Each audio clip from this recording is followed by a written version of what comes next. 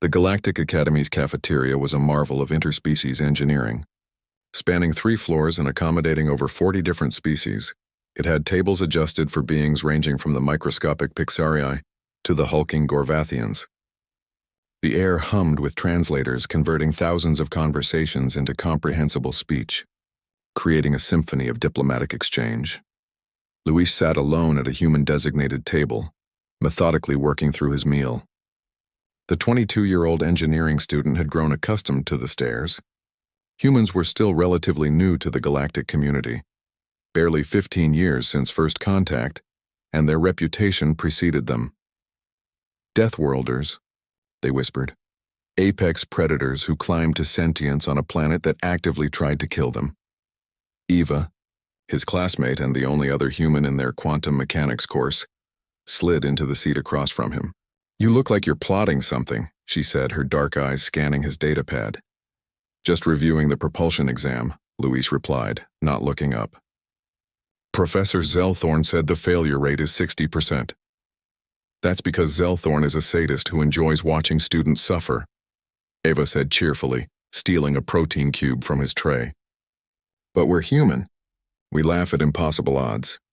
Luis finally looked up, a slight smile tugging at his lips. "Is that the new human stereotype?" "Because I thought it was recklessly stupid." "That too," Eva grinned.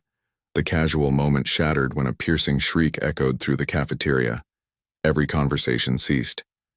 Thousands of eyes turned toward the source of the disturbance, a Corvinian family 3 tables away.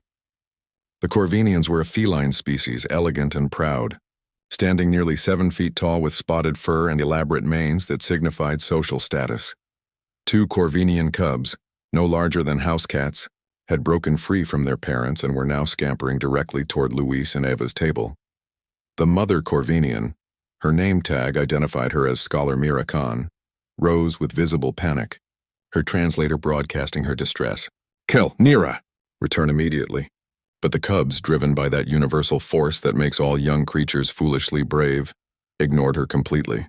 They bounded up onto Luis's table with surprising agility, their tiny claws clicking against the metallic surface. The cafeteria didn't just go quiet. It went silent in a way that suggested collective breath-holding. Luis froze, his hand still gripping his utensil. Eva's eyes widened. Every species in that massive room knew what Corvinians knew. Humans were predators. Humans had forward-facing eyes, the mark of hunters. Humans had eaten meat for millions of years before developing agriculture. Humans came from a world where they weren't even the apex predator, where they'd fought and conquered creatures that should have killed them. And now 2 helpless cubs had just climbed onto a human's table. Scholar Mira Khan was already moving, but the distance seemed infinite. Her mate was calling for station security. A Gorvathian professor half stood as if preparing to intervene, though everyone knew he'd never reach the humans in time. The smaller cub, Nira, sniffed curiously at Luis's tray, her whiskers twitching.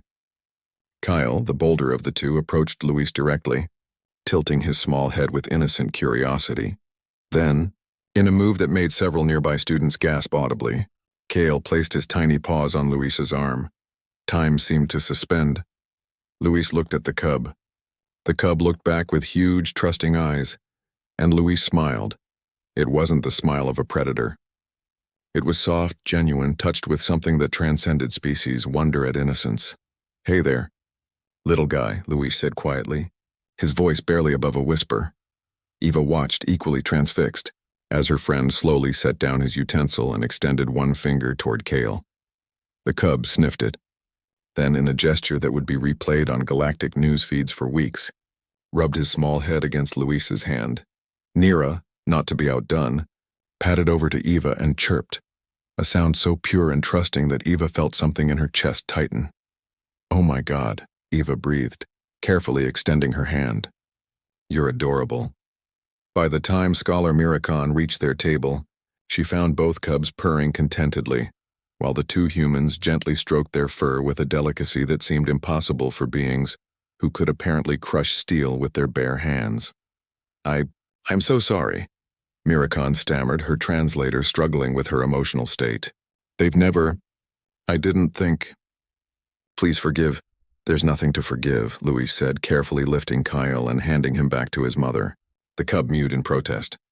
They're beautiful. You should be very proud. Eva passed Nira over with equal care. Seriously, they're the cutest things I've seen since coming to the academy. Mirakan stared at them, her feline features displaying obvious confusion. But you are humans, predators. I thought that we'd what? Eat them? Luis asked, his tone gentle rather than offended. We're predators, yes, but we're also social creatures. We bonded with other predators on our world. We domesticated wolves into dogs. We live with cats even though they're tiny predators themselves. Eva nodded. Being dangerous doesn't mean being cruel. Actually, I think it means the opposite. When you're capable of harm, you learn to be careful. You learn gentleness. The cafeteria was listening to every word. On Earth, Luis continued, we have a saying. The true measure of a person is how they treat those who can do nothing for them. These little ones couldn't do anything to us. That's precisely why we'd never hurt them. Mirakan's eyes glistened with something that translated universally. Tears. I have misjudged your species. We all have. Most species do, Eva said with a shrug. It's okay. We're patient. As the Corvinian family returned to their table, cubs now secure in their parents' arms, the cafeteria slowly returned to its normal volume. But something had changed.